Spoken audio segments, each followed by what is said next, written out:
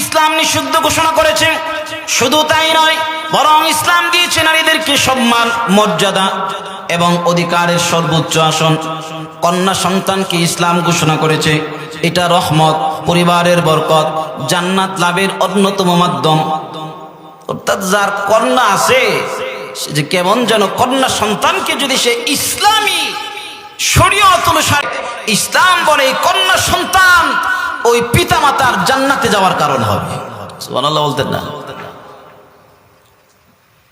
ইসলাম একটা কন্যার, একটা মেয়ের জন্মের পর থেকে নিয়ে প্রত্যেকটা সময় তার অধিকার নিশ্চিত করেছে। জন্মের পর তার লালন পালনের দায়িত্ব, লালন পালনের কি ফজিলত, কিশোরী অবস্থায় তার কি অধিকার, প্রাপ্তবয়স্ক হওয়ার পরে যখন স্বামীর ঘরে যাবে স্বামীর আচরণ তার সাথে কেমন হবে, যখন সন্তান জন্ম দিবে তখন তার কি ফজিলত রয়েছে, মা বাবার সম্পদের মধ্যে একজন কন্যার কি পরিমাণ অধিকার আছে, ইসলাম বিস্তারিত শরীয়তের মধ্যে আলোচনা করছে। ইসলামী শরীয়ত এটা বিস্তারিত আলোচ্য। আমি আপনাদের সামনে যেহেতু ভাঙ্গা মন কিছু কিছু আলোচনা যেগুলা বললাম পয়েন্টের উপর কিছু কিছু আলোচনা করব। সর্বপ্রথম আলোচনা যে একজন কন্যা সন্তান জন্মগ্রহণ করার পর তার লালন পালন, এই লালন পালনের ফজিলত কি। জাহিলি যুগ এমন একটা যুগ ছিল যখন কন্যা সন্তান জন্মগ্রহণ করা এটা পরিবারের জন্য অপমান এবং লজ্জার কারণ হতো। যখনই তাদের কাছে সংবাদ পৌঁছতো যে তোমার কন্যা সন্তান জন্মগ্রহণ করেছে, তোমার সন্তান কিন্তু মেয়ে হইছে, এই কথাটা যখন বাবার কানে যাইতো, বাবা লজ্জায় অপমানে সমাজের অন্য মানুষের কাছে তার মুখ দেখাতো না, লুকায় লুকায় থাকতো, প্রকাশ্যে আসতো না। আল্লাহ পাক রব্বুল আলামিন জাহিলি যুগের এই অবস্থার কথা কোরআনে কারীমের মধ্যে আল্লাহ তাআলা বলেন, وَإِذَا بُشِّرَ أَحَدُهُم بِالْأُنثَى ظَلَّ وَجْهُهُ مُسْوَدًّا وَهُوَ كَظِيمٌ।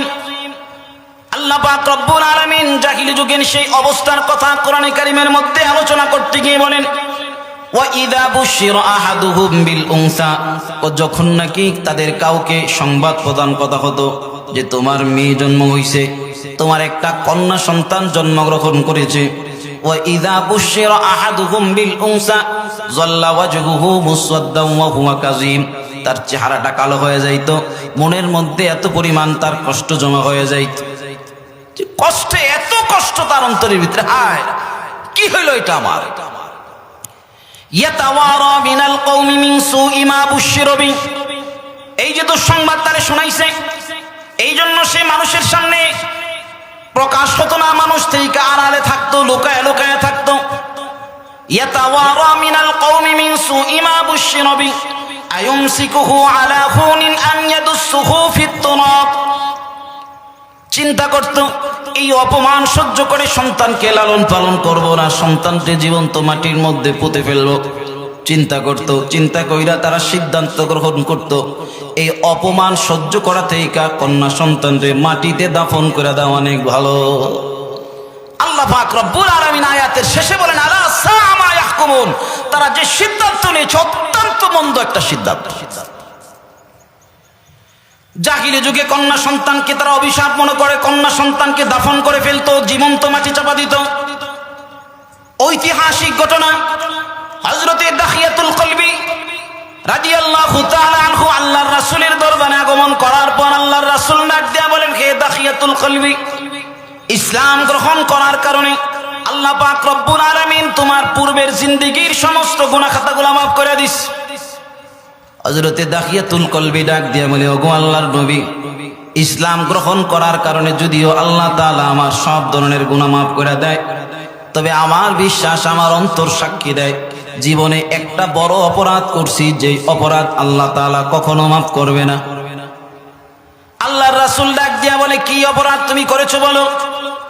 এবার দাখিয়াতুল কলবি ডাক দিয়া বলে, ইয়া রাসূলুল্লাহ সাল্লাল্লাহু আলাইহি ওয়াসাল্লাম, ওগো আল্লাহর নবী, আমি ইসলাম গ্রহণ করার পূর্বে আমি একজন ব্যবসায়ী ছিলাম। ব্যবসার কাজে যখন আমি আমার ঘর থেকে বের হয়েছি, আমার স্ত্রী তখন সন্তান সম্ভবা। আমি স্ত্রীকে ডাক দিয়ে বললাম, সন্তান যদি কন্যা হয় মেয়ে সন্তান যদি জন্মগ্রহণ করে, সন্তানরে মানুষ জানার আগে তাকে দাফন করে দিবা। আমি সফরে চলে গেলাম, এই কথা বলি 4 বছর পর আমি যখন আমার ঘরের মধ্যে ফিরত আসলাম, আইসা দেখি ছোট্ট একটা ফুটফুটে কন্যা সন্তান আমার ঘরের মধ্যে দৌড়াদৌড়ি করে। আমারে দেখা কি মিষ্টি মধুর বাবা বইলা ডাক দিয়ে আমার কুলের মধ্যে চাপায় পড়ছে। দেখতে এত সুন্দর, এত সুন্দর, একবার চোখ পড়ার সঙ্গে একবার চোখ পড়ার সঙ্গে চোখ ফিরানো সম্ভব নয়। এত সুন্দর তার চেহারা, এত মায়া ভরা তার চেহারা। এই চেহারার দিকে তাকাইলে এমনিতেই এই সন্তানের জন্য মায়া সৃষ্টি হয়ে যায়। এমন সন্তান যখন আমি আমার ঘরের মধ্যে দৌড়াদৌড়ি করতে দেখলাম, স্ত্রীর ডাক দিয়ে বললাম, সন্তান এটা কার? স্ত্রী এবার বলল, সন্তান এটা আপনার।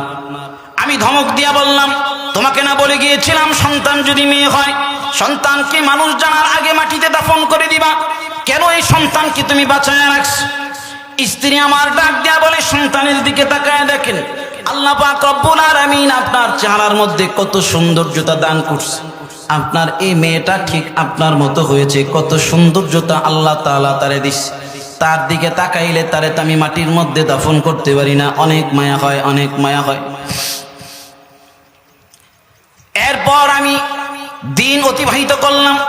রাত্রিবেলা যখন আমি আমার স্ত্রীর সাথে একসাথে যখন আমি শুইলাম, আমার এই সন্তানটা আমার এবং আমার স্ত্রীর মধ্যখানে শুয়ে একবার বাবা বলে আমাকে জড়ায় ধরে, একবার মা বলে আমার স্ত্রীকে জড়ায় ধরে, আমার গালের মধ্যে চুম্বন করে, কি মিষ্টি মিষ্টি ভাবে আমাকে বাবা বইলা ডাক দেয়। ওগো আল্লাহর নবী, আমি রাত্রেবেলা শুয়ে শুয়ে চিন্তা করতে লাগলাম, আমি এখন আমার এলাকার মধ্যে ফিরত আসছি।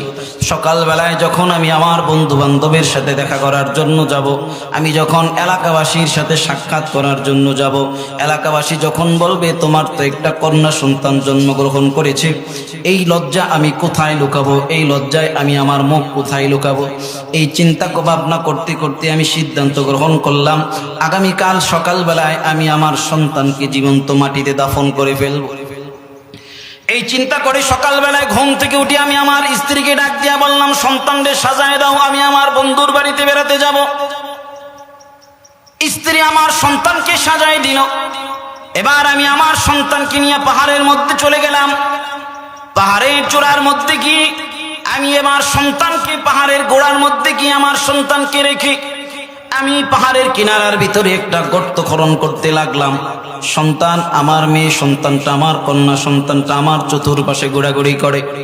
আমি যখন গর্ত খুঁড়তেছিলাম, গর্ত খোঁড়ার সময় যখন গর্তের কিছু মাটি আমার চেহারার মধ্যে, আমার দাড়ির মধ্যে লাগে, আমার কন্যা সন্তানটা দূর থেকে দেখা দৌড়ায় বাবা বাবা বইলা আইসা আমার চেহারার মাটিগুলা পরিষ্কার করে দেয়, আমার দাড়ির মাটিগুলা পরিষ্কার করে দেয়।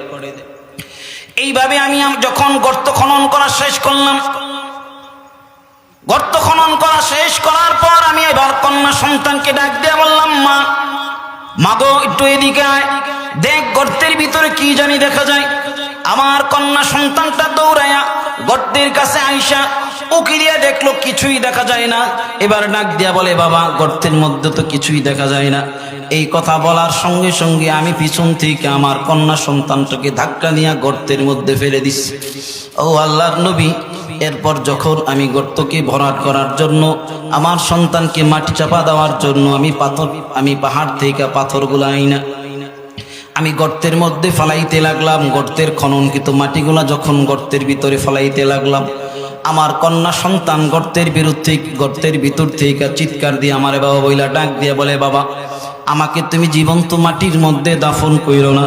আমার মা যদি জানে যে তুমি আমাকে জীবন্ত মাটির মধ্যে দাফন করছো, বাবা আমার মা সহ্য করতে পারবে না। বাবা গো, আমাকে তুমি মাটির মধ্যে দাফন কইরো না। ও বাবা, আমি এই মুখ আর তোমাকে কোনোদিন দেখাবো না, আর কখনো তোমাকে বাবা বইলা ডাক দিব না, তোমাদের থেকে অনেক দূরে চলে যাব। তারপরও তুমি আমাকে গর্তের ভিতরে মাটি চাপা দিও না। এইভাবে যখন চিৎকার করে আমাকে বাবা বাবা বইলা এই সমস্ত কথা বলতেছিল, ওগো আল্লাহর নবী, আমার অন্তরটা এত পাথরের মতো শক্ত হয়ে গেছে, এত শক্ত হয়ে গেছে। ওই দিন আমি বাবা নামক পাষণ্ডটা আমার চোখের সামনে আমি নিজ হাতে আমার 4 বছরের কন্যা সন্তানটাকে মাটির মধ্যে দাফন করেছিলাম, একটু ওই দিন মা হয় নাই।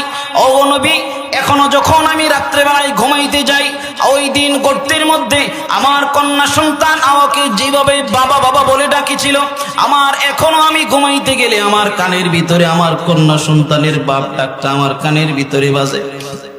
নবী গো, এখনো আমি শান্তিতে ঘুমাইতে পারি না। ওই ঘটনা এখনো আমার চোখের মধ্যে ভাসে।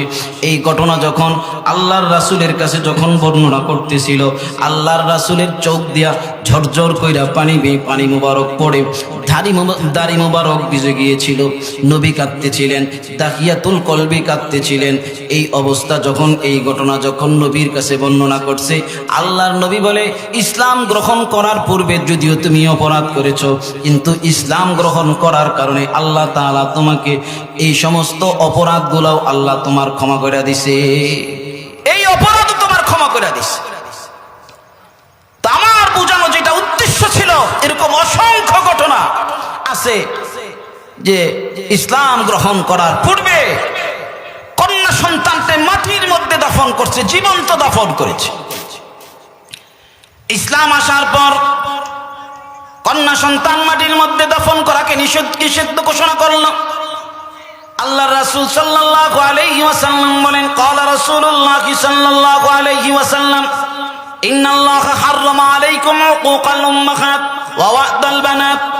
আল্লাহর রাসূল বলেন যে আল্লাহ তাআলা তোমাদের জন্য তোমাদের মাতা পিতার অবাধ্যতাকে হারাম করে দিয়েছে এবং হারাম করছেন কন্যা সন্তানকে মাটিতে জীবন্ত দাফন করা, অর্থাৎ মাটিতে দাফন করাকে আল্লাহ তাআলা হারাম করে দিয়েছে। অন্য হাদিসের মধ্যে আল্লাহর রাসূল সাল্লাল্লাহু আলাইহি ওয়াসাল্লাম বলেন, মান উলিদাত লাহু ইবনাতুন, যাকে নাকি আল্লাহ তাআলা একটা কন্যা সন্তান দান করেছে, ফালাম ইউইদহা, সে এই কন্যা সন্তানকে মাটির মধ্যে দাফন করে নাই, ওয়ালাম ইউহিনহা, এবং কন্যা সন্তানকে অপমান করে নাই, ওয়ালাম ইউয়াসসির ওয়ালাদাহু আলাইহা, এবং এই কন্যা সন্তানের উপর তার ছেলে সন্তানকে প্রাধান্য দেয় নাই। বর্তমান জামানায় কন্যা সন্তানদের পরিবার বোঝা মনে করে। সমাজে এমন পরিবার আছে না নাই? কথা বলেন, আছে না নাই? কন্যা একটু ভালো মন্দ খাইতে চাইলে, এত খাইস কাজ কর, এত খাওন করস কি লিগা, জামার বাদ গিয়া খাইস। আম নিচে, আমের সিজন এখন রাত্রেবেলা, ছেলে মেয়ে 2 জন ঘুমাইছে, ছেলেরে চুপি চুপি ডাক দিয়ে বলে, বাবা ওঠ, তোর জন্য আম আনছি। আর মেয়েরে যখন ডাক দেওয়ার কথা বলে, করে ঘুমাই দে, ওরে দেখ, ওরে জাগাইস না, জাগাইলে ওই সব খেয়ে ফেলে। কন্যা সন্তানকে পরিবারের জন্য বোঝা মনে করা হয়, সেটা সেই জাহেলি যুগের দিক দেখতে হবে না। আমাদের বর্তমান সমাজের দিকে তাকাইলেই বোঝা যায় যে কন্যা সন্তানকে কতটুকু অবহেলা কিছু কিছু পরিবার করে। আল্লাহর রাসূল বলেন, ওয়ালাম ইউয়াসসির ওয়ালাদাহু আলাইহা, ছেলে সন্তানের উপর কন্যা সন্তানকে প্রাধান্য দেয় নাই। কি হবে? আল্লাহর রাসূল স্পষ্ট ঘোষণা দিয়েছেন, আদখালাহুল্লাহু বিহাল জান্নাহ, আল্লাহ পাক রব্বুল আলামিন এমন মাতা পিতাকে কিয়ামতের কঠিন ময়দানে জান্নাত নামক নিয়ামত দান করবে। এমন মাতা পিতাকে আল্লাহ তাআলা জান্নাতের মধ্যে প্রবেশ করাবেন যদি কন্যা সন্তানকে এভাবে লালন পালন করে। লম্বা হাদিস, হযরত আয়েশা রাদিয়াল্লাহু তাআলা আনহা থেকে বর্ণিত। আয়েশা রাদিয়াল্লাহু তাআলা আনহা বলেন, একদিন আমার ঘরের দরজার মধ্যে একজন মহিলা আয়েশা ঘরের দরজায় আওয়াজ করলো। আমি দরজা খুললাম, দরজা খোলার পরে দেখলাম একজন ভিখারিনী, তার সঙ্গে 2টা সন্তান। আয়েশা বললে, কিছু দাও। আমার ঘরের মধ্যে তাকে দেওয়ার মতো কিছুই ছিল না, শুধুমাত্র খেজুর ছাড়া। আমি আমার ঘরের ওই খেজুরটা মহিলার হাতে যখন দিলাম, মহিলা ওই খেজুর নিজে না খেয়ে এই খেজুরটা ভাগ করে 2টা সন্তানের হাতে দিল, 2টা সন্তানকে খাওয়ায় দিস। এরপর ওই মহিলা তার সন্তান নিয়ে চলে গেল। নবী আসলো। নবী আসার পর আমি ঘটনা বর্ণনা করার পর আল্লাহর নবী বলেন, যারা নাকি কন্যা সন্তান দিয়া পরীক্ষা করা হয়েছে এবং সেই নাকি এই কন্যা সন্তানকে কষ্ট করা সত্ত্বেও এই কন্যা সন্তানকে সুন্দরভাবে লালন পালন করেছে, আল্লাহর রাসূল বলেন, কুন্না লাহু সিতরাব মিনান নার, এই কন্যা সন্তান তার জন্য জাহান্নামের আর হইয়া দাঁড়াবে। কন্যা সন্তান অন্য হাদিসের মধ্যে আল্লাহর রাসূল সাল্লাল্লাহু আলাইহি ওয়াসাল্লাম বলেন, যে নাকি কন্যা সন্তানটি সঠিকভাবে লালন পালন করছে বালেগ হওয়া পর্যন্ত, সঠিকভাবে কন্যা সন্তানকে লালন পালন করছে, আল্লাহর রাসূল বলেন যা ইয়াউমাল কিয়ামতি আনা ওয়া হুয়া, কিয়ামতের ময়দানে সে আর আমি একত্রে থাকবো। কেমন একত্রে? আল্লাহর রাসূল এই একত্রের কথা বুঝাইতে গিয়া এই দুইটা আঙ্গুল এভাবে মিলায় দেখাইছে, ওয়াজমা আসাবিহু, এই দুইটা আঙ্গুল এভাবে মিলায় দেখাইছে যে ওই ব্যক্তি আর আমি এইভাবে থাকবো। মাল্লাহু জারিয়াতাইন, দুইটা কন্যা সন্তান যারে দান করা হয়েছে সুন্দরভাবে, হাত্তা তাবলুয়া, সুন্দরভাবে লালন পালন করছে। আল্লাহর রাসূল বলেন কিয়ামতের ময়দানে সে আর আমি এইরকম আপন হয়ে থাকবো, এরকম নিকটবর্তী থাকবো। তাইলে বোঝা গেল যে কন্যা সন্তান জন্মগ্রহণ করা এটা পরিবারের জন্য অভিশাপ নয়, বরং কন্যা সন্তান জন্মগ্রহণ করে এটা পরিবার বরকত লাভের একটা মাধ্যম। তাইলে যার কন্যা সন্তান আছে মন খারাপ করেন না, কন্যা সন্তান যার আছে বুঝতে হবে আল্লাহ তাআলা আপনারে মহব্বত করে, এজন্য আল্লাহ তাআলা আপনারে কন্যা সন্তান দান করছে। এটা গেল কন্যা সন্তান। জন্মের পরে তার লালন পালনের ফজিলত। এই কন্যা সন্তান যখন বড় হবে, ছেলে সন্তান বড় হওয়ার পর যখন ছেলে সন্তানকে লেখাপড়া করানো হয়, এই কন্যা সন্তানের জন্য লেখাপড়া করানো এটা পরিবারের, এটা তার মা বাবার জন্য কর্তব্য। তার পরিবারের দায়িত্ব হলো এটা যে কন্যা সন্তানকে সে লেখাপড়া করাবে।